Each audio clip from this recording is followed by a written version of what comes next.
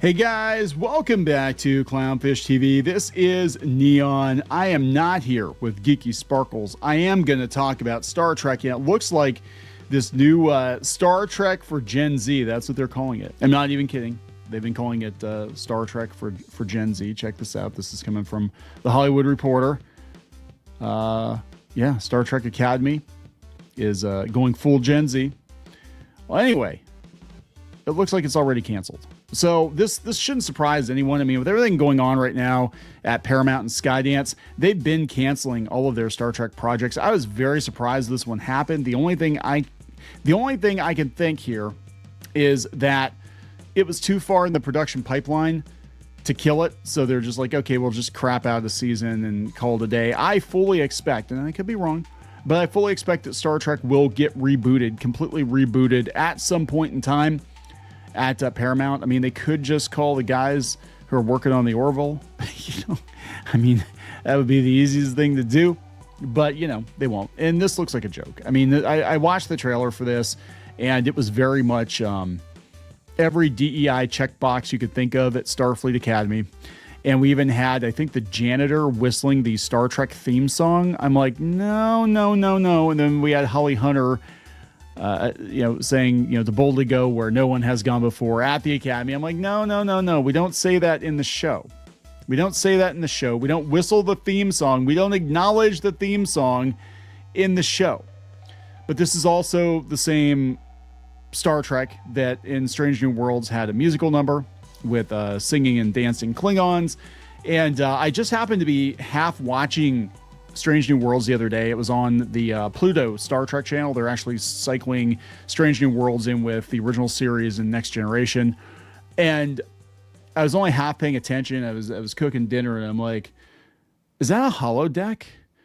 Why the hell is there a holodeck in Strange New Worlds? Like, Riker was baffled by the holodeck 100 years later, but we're going to put it in Strange New Worlds. And then people are going to be like, oh, well, an Enterprise on this alien world. I'm like, yeah. That's the aliens. That's not the Federation. Why are you putting the holodeck? Because you can't think of anything else. You want to be like, oh, we want to do a period piece.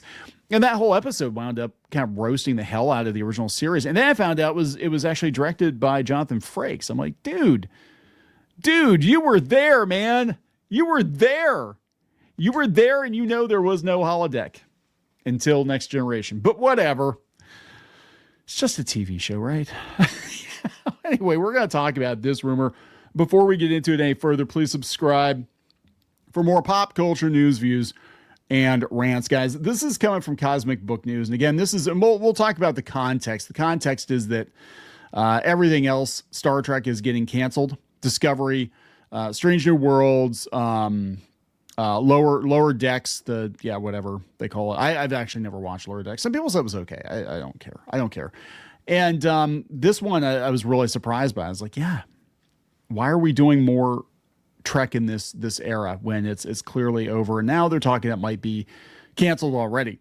So this comes from Cosmic Book News. Take it up with them if you don't like what they have to say. Starfleet Academy Season 2 canceled before Season 1 even airs. This is a rumor. It was on the Tachyon Pulse podcast. If true, this could be a brutal vote of no confidence in Academy, which already suffered heavy backlash following the disastrous teaser trailer, currently having racked up over 30,000 dislikes on YouTube to just 6,900 likes. I haven't even been paying any attention. But that's actually for Star Trek. That's not a lot of likes anyway. Right? I mean, we're talking a palpable lack of interest in this show. Skydance is reportedly not impressed. Okay, again, this is coming from the Tachyon Pulse podcast. Take it up with them. This is not me. I'm just reporting on this and giving my opinions on the situation. They say, according to Tachyon Pulse, a source claims that Skydance, which now oversees Paramount, has seen early edits of Starfleet Academy, and they're not massively impressed. Worse, the show is reportedly very expensive, which might be tipping the scales towards shelving Season 2 before it gets rolling. I think they're going to reboot the whole thing. I think they're tying off the Kurtzman era of Star Trek, and they're just going to reboot the whole thing at some point, or just let it rest. I mean, I'd rather not have any new Star Trek than more bad Star Trek. The YouTuber goes over how due to the current contract with Paramount, Secret Hideout, which is Alex Kurtzman's production company, has the rights to produce Trek shows and pitch them to Paramount first. If Paramount passes, as it did with Prodigy, Secret Hideout can shop them in Netflix, Amazon, or elsewhere. Give it to Seth MacFarlane. Just give it to Seth MacFarlane. Like, he can make better Star Trek than what we're getting. I'm just saying. That scenario may now be playing out with Academy, according to the YouTuber. What I've been told is that Skydance have already seen a lot of Academy Season 1. They've seen, obviously, a lot of the early edits and things, and Skydance aren't massively impressed. It's massively expensive. They basically got this deal where they can do whatever they want with Star Trek in theory. They just have to give Paramount the first dibs. Then make it ridiculous and let them take it someplace else. So this is what happened with Prodigy. Yeah, Paramount bailed on Season 2 and Secret Hideout sold to Netflix. If Academy Season 2 has already been filmed or is near completion, said to be starting production soon, the same route could happen, especially if Paramount walks away. If true, this would be a major embarrassment for Kurtzman, who co-show runs Academy. It could also reflect Skydance's deeper skepticism about continuing to fund his creative vision for Star Trek, as it's rumored a Star Trek reboot will happen once the merger goes through. Oh, yeah, and the whole puppet thing. I forgot about that shit. Yeah, they're putting puppets in Star Trek now. What the hell are we even doing? Why the cancellation rumor matters. Okay, why does it matter?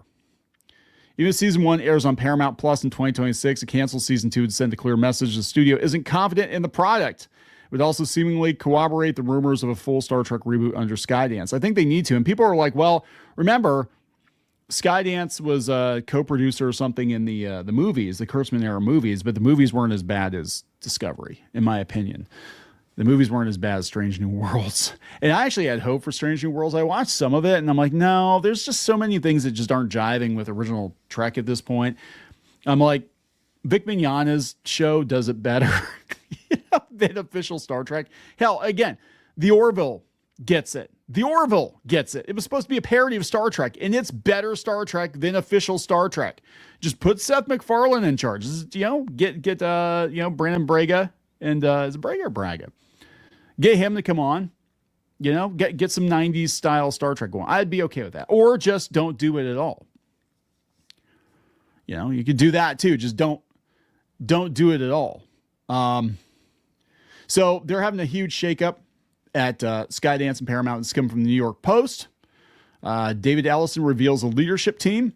So they're going to put Jeff Shell, who was the guy who was ousted from Comcast in 2023 over allegations of inappropriate conduct with an CNBC reporter. Allegations. But I'm sure people are going to point that out. They're going to be like, oh, he got fired for allegations of misconduct. And, oh, my God, that John Lasseter is still at Skydance, too. Cindy Holland, a former Netflix exec, is going to be a senior advisor there, I guess. Oh, she's going to oversee direct-to-consumer. Redbird's Andy Gordon, veteran of Goldman Sachs, is going to be the chief operations officer.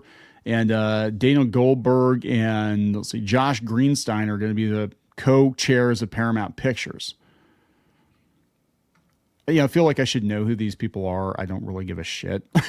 I think right now is a great jumping off point, though, because, talk about Colbert, and they canceled Colbert. But, you have an excuse, right?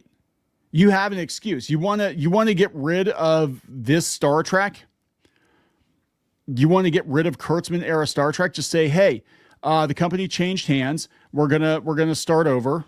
We're gonna try to do it right. We're gonna try to go back to basics with Star Trek. Maybe one good show instead of 50 shitty shows. Just have one solid, good Star Trek show. Keep it good for 3 or 4 seasons, and then you can think about a spinoff. Everybody's like, oh, we had all the Star Trek in the 90s. I'm like, yeah, after Next Generation proved itself over the course of 4 or 5 years, we finally got Deep Space Nine. And then when that one proved itself, then we got Voyager. And I'd say Voyager proved itself, but I don't think Voyager proved itself. I never liked Voyager that much. It was okay. It was all right. Enterprise was okay. The first couple of seasons were rough, but 3 and 4, except for the ending one, it was pretty good. But I'm just saying, start small. And, right now it's like Star Trek is at a historic low. Like you really can't do much more to break it. So just be like, you know what? Just shut everything down. We'll shut it down. We'll rethink this. We'll go sit in the corner for a while and rethink what do people actually want from Star Trek. And then we'll come back with a decent show. That's all you got to do. That's all you got to do. And this gives them an opportunity to do that. So I'm going to wrap it up. Please subscribe. We'll talk later. For more pop culture news, views, and rants, go to news.clownfishtv.com. That's news.clownfishtv.com.